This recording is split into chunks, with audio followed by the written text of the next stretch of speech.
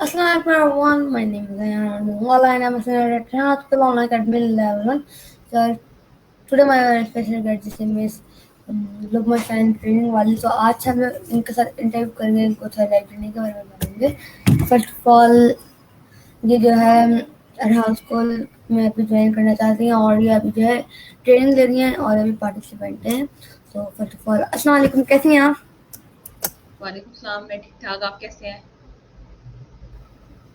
अल्हम्दुलिल्लाह मैं बिल्कुल ठीक। तो इंटरव्यू स्टार्ट होने से पहले आप मुझे व्यूअर्स को अपना छोटा सा इंट्रोडक्शन करवा दें। अस्सलाम वालेकुम एवरीवन, मेरा नाम लुबना शाहीन है और मैं रावलपिंडी पाकिस्तान से बिलोंग करती हूँ। आई एम 36 इयर्स ओल्ड और I am working as an academic coordinator in Darul Arqam schools.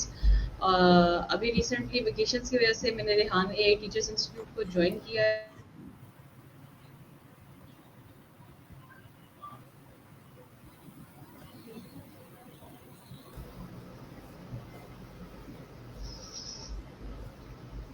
जी अस्सलाम वालेकुम everyone, my voice is clear? जी मेरा नाम लुबना शाहीन है। आई एम 36 इयर्स ओल्ड और मैं रावलपिंडी पाकिस्तान से बिलोंग करती हूँ। Right now I am working as a academic coordinator in Darul Arqam schools Rawalpindi. अभी वेकेशंस होगी हमें समर ब्रेक्स, तो उसमें मैंने ये डिसाइड किया कि मैं रेहान एआई टीचर्स इंस्टीट्यूट को ज्वाइन करूंगी as a trainer, as a participant और यहाँ से आर्टिफिशियल इंटेलिजेंस और इससे रिलेटेड चीज़ें सीख के तो अपने इलाके के बच्चों को और लोगों को ट्रेन करूँगी। Okay ma'am. सो अब आप मुझे बताएं कि बहुत सारे एआई के स्कूल से ऑनलाइन भी थे फिजिकल भी, तो आपने रेहान स्कूल को क्यों चूज करा? बहुत आप और से भी चूज कर सकती थी। रेहान एआई स्कूल को चूज करने का रीज़न ये था कि फिजिकल तो मेरे लिए प्रॉब्लम थी क्योंकि as a I am housewife too, I have 3 kids, तो वो घर के साथ मैनेज करना, फिजिकली घर से बाहर जाना is not possible for me ज़्यादा जी टाइम के लिए। ठीक है, इसके अलावा जो ऑनलाइन अकेडमीज़ हैं, जो स्कूल जो इंस्टीट्यूट्स हैं जो ऑनलाइन एआई की फैसिलिटेशंस दे रहे हैं, उसमें से मुझे जो है ना वो रेहान एआई इंस्टीट्यूट सबसे ज़्यादा बेहतर इसलिए लगा कि इन्होंने ना हर एक एज लिमिट के लिए एक अलग टारगेट सेट किया है। जैसे बच्चों के लिए 17 to 18 ईयर्स तक उन्होंने स्कूलिंग रखी हुई है और 4 ईयर्स और 8 ईयर्स का प्लान देते हैं। इसी तरह अडल्ट के लिए 18 अबव के लिए टीचर्स ट्रेनिंग है। प्लस ये कि यहाँ पे जो फैसिलिटेटर्स है ना और जिस तरीके से ये साथ लेके चलते हैं, ये मुझे इस चीज़ ने बहुत ज़्यादा अट्रैक्ट किया था। मैंने इनके लाइव सेशन फेसबुक पे देखे तो इसलिए फिर मैंने इसको ज्वाइन किया। और जो सबसे बड़ी बात रेहान साहब के रेहान अल्लाह वाला का जो है माइंड सेट के हर बच्चा कमाएगा 1 लाख महाना और मतलब पाकिस्तान के हर इलाके में ये स्कूल होना चाहिए, तो मेरे ख्याल से ये फिर इजी टू एक्सेस हर बंदे के लिए होगा और ट्रेडिशनल स्कूलिंग से हट के रेहान एआई काम कर रहा है। तो मेरा इसको चूज करने का पर्पस भी यही था कि डिफरेंस है यहाँ पे काफी ज्यादा बाकियों से। जी बिल्कुल। ओके, तो अब आप मुझे बताएं कि आपने अपने नाम पे ट्रेनिंग वाला लगाया हुआ है एंड सो मुझे बताएं इस क्या वजह है? इसकी वजह ये है कि आप अभी ट्रेनिंग करी तभी आपने ट्रेनिंग लगाया या क्या वजह है इसकी? आपको जैसे पता है, आपने खुद अपने नाम के साथ अर्निंग वाला लगाया हुआ है, तो आपने एक हम लोगों को इस प्लेटफॉर्म के ऊपर, रेहान प्लेटफॉर्म के ऊपर हमें वाला या वाली लगाना पड़ता है, जिससे हम रिकग्निशन होती है कि अच्छा ये कौन सी टाइप है। ट्रेनिंग वाला लगाने का मकसद ये है क्योंकि मैं ऑलरेडी एक टीचिंग प्रोफेशन से बिलोंग करती हूँ। ऑलमोस्ट 15 ईयर्स का मेरा एक्सपीरियंस है और ये बहुत ज़्यादा एक्सपीरियंस है। इसमें मैंने बहुत सारे बच्चे भी ट्रेन किए हैं, बहुत सारे टीचर्स को भी ट्रेन किया है। तो मेरा जो प्रोफेशन और पैशन दोनों ही ट्रेनिंग है, आगे लोगों को ट्रेन करना।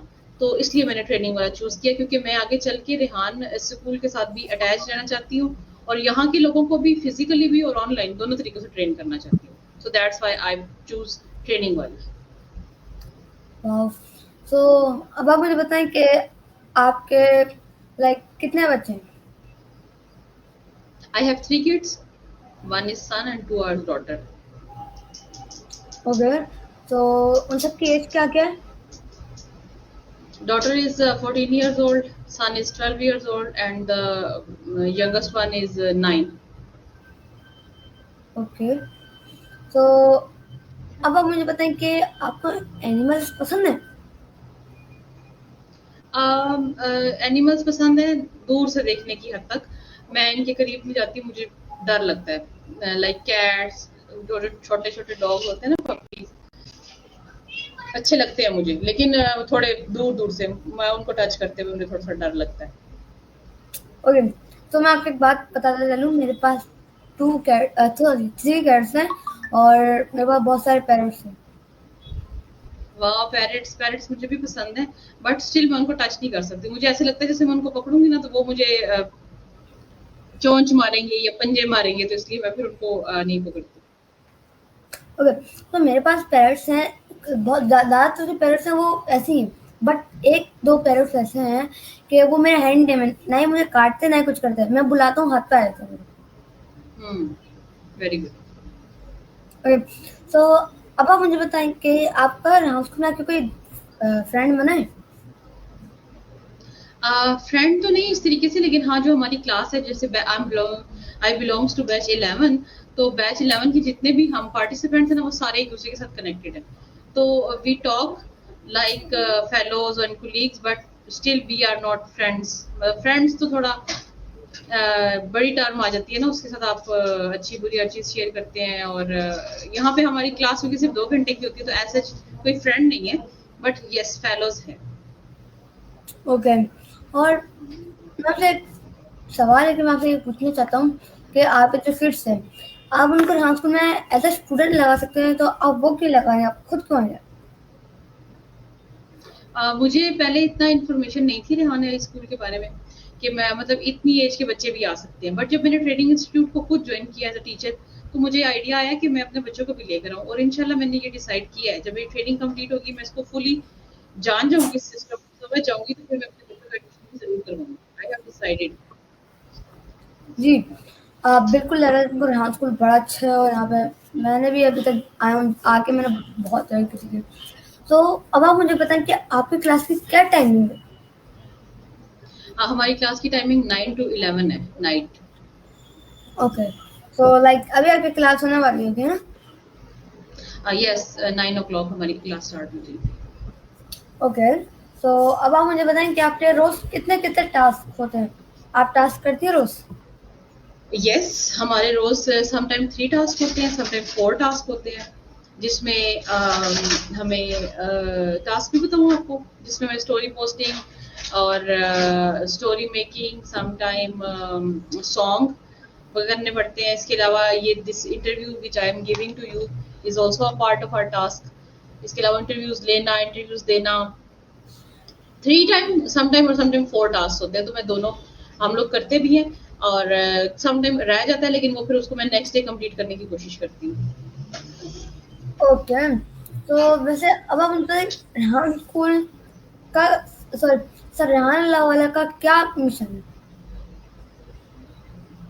क्या उनका गोल है? मिशन जो है ना, उनका मिशन डेफिनेटली पाकिस्तान के बच्चों को वो सिखाना है कि वो हुनर सिखाना है कि वो कमा सकें, खुद से अर्निंग कर सकें, वो ट्रेडिशनल स्टाइल से हटके ऐसा चाहते हैं कि बच्चे स्किल सेट सीखें। क्योंकि आपने देखा है बहुत सारे लोग ऐसे भी हैं जो मास्टर्स कर लेते हैं, 16 years of education, 14 years of education, लेकिन उसके जी, बाद जी। उनकी अर्निंग का सोर्स अच्छा नहीं बन रहा होता।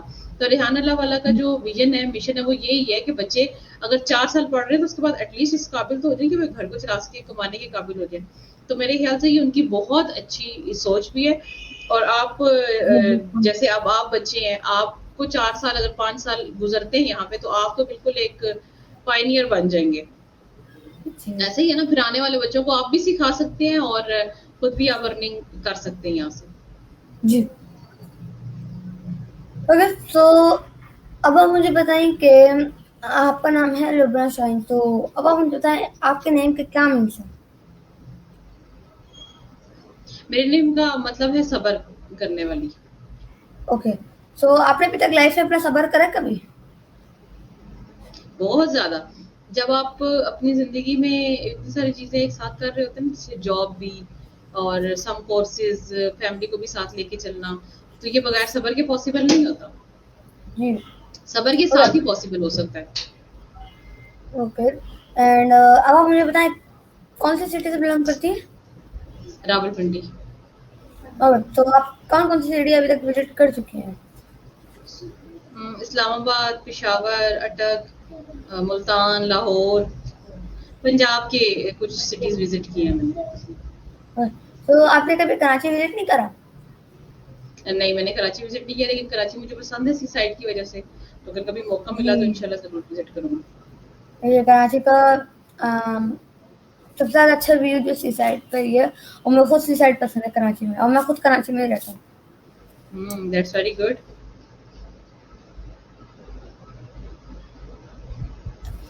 ओके अमेजिंग एंड अब आप मुझे बताएं कि अभी जब आप लाइक छोटी तो आपके लाइफ का कोई ऐसा मोमेंट जो आपको याद हो फनी या कैसा भी? फ़नी मोमेंट्स तो बहुत सारे हैं और मोमेंट्स याद भी बहुत सारे हैं, लेकिन आपके साथ कौन-सा शेयर करूँ? फ़नी मोमेंट शेयर करूँ? जो आपको यादगार हो पूरा अच्छे तरीके से याद हो वो आप कर दें शेयर। अ, जैसे अब स्कूल में हम जाते हैं तो बहुत सारे बच्चों के साथ बहुत सारे एक्सपीरियंसेस हो जाते हैं ना। मैंने गर्ल्स को भी पढ़ाया है, मैंने बॉयज़ को भी पढ़ाया है। तो वहाँ पे सम टाइम ऐसा होता है ना कि कुछ नॉटी स्टूडेंट्स भी होते हैं। तो एक मेरी क्लास में एक बच्चा था ऐसा, उसने स्कूल की डायरीज़ 2 रखी हुई थी। एक स्कूल के लिए, जिसमें वो हम उनको डायरी देते थे और काम लिखने के लिए कि आप ये आज आपका होमवर्क और टास्क है। और एक उन्होंने डायरी रखी हुई थी जो घर में वो दिखाते थे अपनी ट्यूशन वाली को भी और अपनी मदर को भी कि ये देखिए स्कूल से तो कोई काम नहीं मिलता।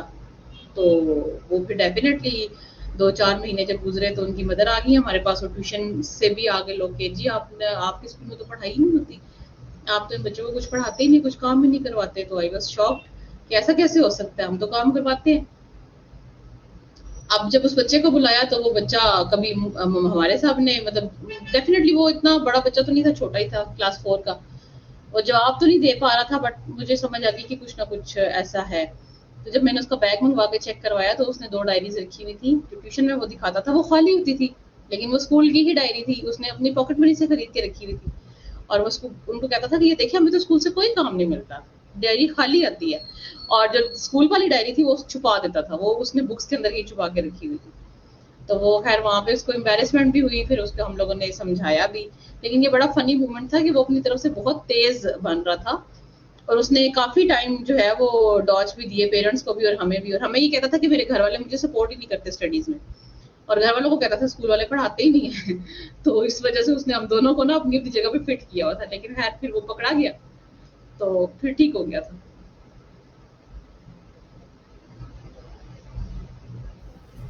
ओके तो बच्चों बड़ा ये चला था और ये मुझे सुन के हँसी भी आई और एक मज़ा आया।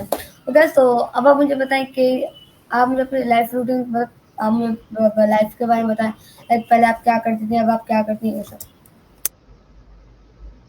पहले तो जब शादी नहीं थी हुई और तो सिर्फ़ ज़्यादातर कोशिश होती थी कि स्टडीज़ में ही टाइम गुज़ारें। घर के काम, कुकिंग वग़ैरह करना बहुत अच्छा लगता है मुझे।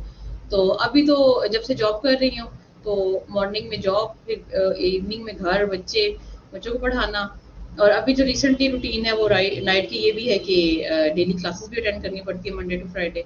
तो it's a quite tough for me. तो थोड़ा-सा मुश्किल हो जाता है मैनेज करना रूटीन को। ओके नाइस तो अब आप मुझे बताएँ आपका लाइफ़ गोल्स क्या है? मेरे लाइफ गोल्स यही हैं कि मैं अपने एरिया के बच्चों के लिए कुछ कर सकूँ, स्पेशली उन बच्चों के लिए जिनको ट्रेडिशनल बुक्स नहीं याद होती। अभी आपको जैसे बताऊँ कि बहुत सारे बच्चे ऐसे हैं जिनके लिए मैथ्स, फिज़िक्स, केमिस्ट्री इनको याद करना बहुत मुश्किल है। ऐसा ही है ना, ऐसा होता है ना कभी-कभी कुछ चीज़ें नहीं बच्चों को याद होती। लेकिन वो फिर मैट्रिक कैसे करें? जब वो मैट्रिक नहीं करेंगे तो इसका मतलब है कि वो कभी भी जॉब नहीं कर सकेंगे, कभी भी कमा नहीं सकेंगे।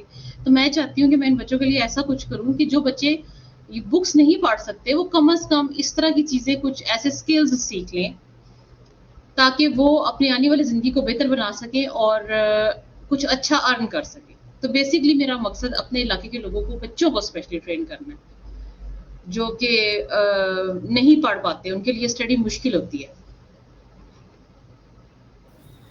बट ये जो आगे आप जो पढ़ाई देना चाहती हैं ये किसी काम की नहीं है, बिकॉज क्योंकि ये आगे का तो एआई का तो ये आगे काम की क्योंकि ये शायद 5 साल तक चलेगी, कॉलेज ये सब तो सिर्फ थोड़े टाइम तक चलेगी। असल काम जो मैं सीखना साथ साथ स्किल्स भी सीखना होगा। 5 क्लास तक पढ़े इंग्लिश उर्दू आए और उसके बाद एआई में रहते हैं। ये स्किल्स यही है ना कि जैसे अब आपने एआई को यूज करते हुए ग्राफिक डिजाइनिंग कैसे करनी है, आपने एआई को यूज करते हुए वीडियो एडिटिंग कैसे करनी है, आपने एआई को यूज करते हुए सोशल मीडिया मार्केटिंग कैसे करनी है, आपने पॉडकास्टर कैसे बनना है, आपने ट्रेनर कैसे बनना है। AI is a helping tool, right. लेकिन डेफिनेटली अब जैसे हमें भी यहाँ पे ट्रेनिंग में इसी तरह की स्किल्स सिखाई जा रही हैं और इसी तरह की स्किल्स पे ऊपर काम हो रहा है कि आप जिंदगी की हर मैदान में एआई को यूज कर सकते हैं, चैट जीपीटी को यूज कर सकते हैं, ठीक है। तो उसको यूज करते हुए इन चीजों को आसान बनाना है। लेकिन बेसिक ट्रेनिंग तो यही है ना कि आपने किसी एक निश को चूज करना है और उस निश में अपनी एक्सपर्टीज बनानी है। ओके, सो अब आप मुझे बताएं कि आपने अभी तक कोई कंट्री विजिट करी है? नहीं, मैं अभी आउट ऑफ कंट्री नहीं गई। आई लिव इन पाकिस्तान और पाकिस्तान में भी सिटीज को कुछ विजिट किया, वो भी कम। लेकिन आउट ऑफ कंट्री जाने का अभी तक कोई ऐसा नहीं हुआ, इत्तेफाक नहीं ओके, हुआ। ओके, सो आप बताएं आपके जो हस्बैंड है वो क्या जॉब करते हैं? मेरे हस्बैंड का अपना बिजनेस है फर्नीचर का, और कर्टन्स बनाते हैं वो, इंटीरियर्स, मतलब आप ये कह लेंगे home interiors like curtains, bedsheets and furniture order to make. Okay, तो शॉप का क्या नाम है? आवाज नहीं आई मुझे आपकी, आपने क्या कहा है? मेरे का शॉप का क्या नाम है? Okay, nice choice. Nice choice. Facebook पे नाइस चॉइस के नाम से हमारा एक पेज भी है। ओके, ओके, सो आप उसमें हेल्प करती हैं उनमें उनके साथ? यस, ग्राफिक्स बनाने में मैं उनकी हेल्प करती हूँ और ओके, तो सोशल मीडिया मार्केटिंग में भी। अब सो आपने अमेज़न, दराज़ या शॉपिफ़ाई इन सब पे अपने अकाउंट बनाए? नहीं, इन पे मैंने अकाउंट नहीं बनाया क्योंकि हमें फेसबुक बहुत अच्छा प्लेटफॉर्म मिल गया था जहाँ पे हम मेटा एड्स के थ्रू एड्स चला के तो कस्टमर्स मिल रहे थे। तो अमेज़न और दराज वगैरह पे हमें बनाने का इत्तेफाक भी नहीं हुआ और मैंने बनाया भी नहीं है। तो फेसबुक हमारे लिए भी बहुत अच्छा एक प्लेटफॉर्म रहा है इस सिलसिले में।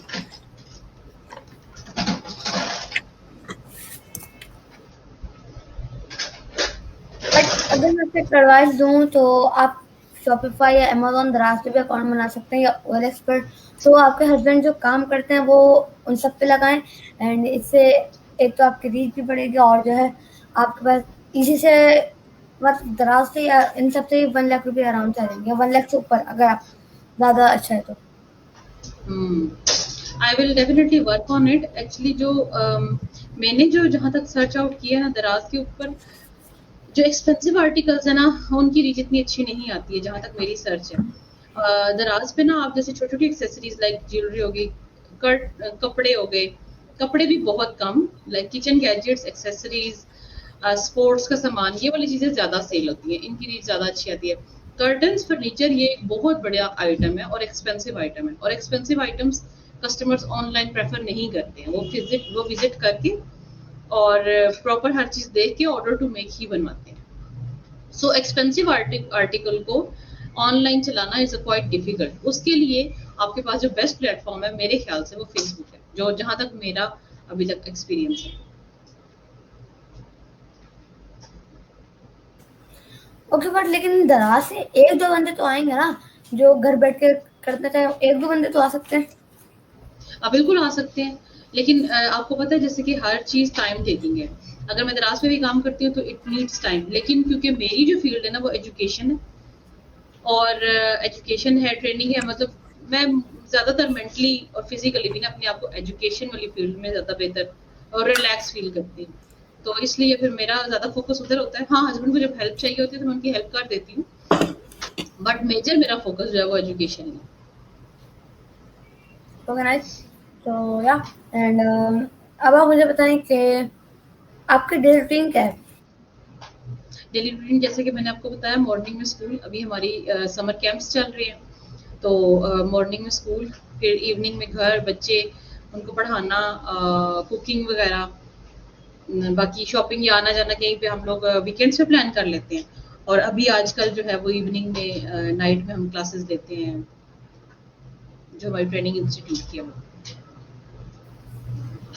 ओके, सो अब आप मुझे बताएं कि आपका कोई फैसिलिटेटर होगा तो बताएं उनका क्या नेम है।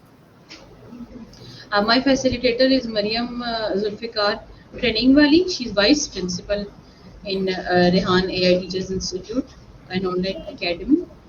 तो वो बहुत नाइस है, बहुत अच्छी पर्सनालिटी है उनकी, बहुत हेल्पफुल है। आई रियली अडोर हर। या हमारी क्लास में भी वही होती हैं और मैम हिना तो फैसिलिटेटर हैं और उनके बाद वो आती है कभी कभार क्लास में, बहुत मज़ा आता है और बहुत हंसाती भी हैं और साथ के साथ वो बहुत हर रोज़ कोई काम करवाती हैं। No doubt she is very helpful and बहुत लाइवली, जॉली, बहुत अच्छी नेचर उनके। अल्हम्दुलिल्लाह मुझे वो एज अ फैसिलिटेटर हमें मिल गई है, क्योंकि उनसे सीखने का हमें बहुत मौका मिलता है। जी बिल्कुल। ओके, सो नाउ अब आप मुझे बताएं कि लाइक आपने अभी तक घर में अभी तक कभी एनिमल्स कोई रखा है? बर्ड्स, पैरट्स रखे थे, मेरी बेटी को भी पसंद थे और हस्बैंड को भी। तो फिर उसके बाद हम लोगों को जैसे साइनोसाइटिस का जो ये एलर्जी होती है ना बर्ड्स के, वो जो पर होते हैं उसकी वजह से डस्ट वजह से हो गई। तो वो ख़त्म नहीं हो रही थी सबको, पूरे घर वालों को, स्पेशली मुझे। तो जब बार-बार मेडिसिन लेनी पड़ रही थी, डॉक्टर ने हमसे पूछा था कि do you have any pet at your home? तो वो डेफिनिटली हमारे पास पेट तो है। तो उन्होंने कहा कि आप इस चीज़ को ख़त्म करें घर से, क्योंकि आपकी बहुत ज़्यादा स्वेयर एलर्जी। तो उस वजह से हमें वो ख़त्म करने पड़े, निकालने पड़े। वैसे हमने रखे हुए थे और अच्छा लगता है बर्ड्स को घर में रखना, लेकिन मुझे लगता है कि बर्ड्स को हम अगर आज़ाद छोड़ें तो वो ज़्यादा प्यारे लगेंगे। किसी को भी कैद करना अच्छी बात नहीं है ना। ओके, नहीं लेकिन जो वाइल्ड बर्ड्स होते हैं ना, लाइक जैसे कि चिड़िया या चील वगैरह, इनको अलग करना चाहिए। जैसे कि पैरट्स होते हैं जो वो उनको सिर्फ केज में रहना, अगर उनको बाहर निकालेंगे उनको कोई चील कौवा खाएगा। जो एक्जॉटिक बर्ड्स होते हैं उनको हमें अपने पास रखना चाहिए और जो वाइल्ड होते हैं उनको हमें छोड़ना चाहिए। वो जो एक्जॉटिक होते हैं जो हैं वो बर्ड्स सही से उड़ नहीं पाते, 1-2 दिन में वो मर जाते हैं, क्योंकि वो ऐसे नेचर में रह ही नहीं पाते जब भी। राइट। मुझे इतना नॉलेज नहीं है पेट्स के बारे में, आपको है, सो इसलिए आप इस बारे में बता भी रहे हैं, तो मुझे इतना आइडिया नहीं है। हाँ जी, बिल्कुल मुझे भी ऐसे दिल चाहता है आसमान में सारे ये बर्ड्स उड़ रहे हैं, बड़ा अच्छा लगे, लेकिन ये रह नहीं पाते। तो या एंड सो अब आप मुझे या मेरे व्यूअर्स को लास्ट में एक अच्छी सी एडवाइस देना चाहेंगे? मैं हमेशा जो लास्ट में एक एडवाइस देती हूँ हर देखने वाले को, वो ये होती है कि अपने टाइम को ना प्रोडक्टिव चीज़ में लगाएं। जैसे फॉर एग्जांपल अभी आपके सामने एक स्क्रीन है, आप इंटरव्यू कंडक्ट कर रहे हैं, आप कुछ प्रोडक्टिव कर रहे हैं, it will increase your communication skills, your confidence, ठीक है। इसके अलावा आपका एक टास्क भी कंप्लीट हो रहा है। तो अपना जो भी काम आप टाइम सर्व करें वो प्रोडक्टिव करें, जिससे आपको कोई फायदा हो, वो कोई भी हो सकता है। अगर आपने कोई वीडियो देखनी है तो देखिए, ऐसे जैसे वीडियो एडिट कैसे करते हैं, उससे आप एटलीस्ट स्किल भी डेवलप होगी और आप इंजॉय भी करेंगे। तो अपना टाइम जो है ना वो प्रोडक्टिव चीज में लगाएं और पॉजिटिव माइंड सेट रखें। अगर हो किसी गया की कोई चीज मैडम, बुरी में लग जाती है ना, तो उसको इग्नोर कर दें, कोई बात नहीं। हो गया मैडम। और बड़ा मज़ा आया आपके साथ इंटरव्यू करके और आपको बहुत कुछ सीखने को मिला, आपकी लाइफ जर्नी के बारे में जाना और बड़ा मज़ा आया। मैं ये कहना चाहूँगा आपको, और आपका कीमती वक़्त आप हमें अपना निकाल के दिया, शुक्रिया। ओके, सो ये था व्यूअर्स थैंक यू हमारा सो आज का मच। इंटरव्यू, जिनका नाम था लुबना शाइन ट्रेनिंग वाली। इनके साथ हमें इंटरव्यू करा, बड़ा मज़ा आया और मिलेंगे नेक्स्ट इंटरव्यू में किसी नेक्स्ट गेस्ट के साथ। सो मिलकर नारा लगाएंगे पाकिस्तान जिंदाबाद। जिंदाबाद। Okay, so thank you. Allah Hafiz.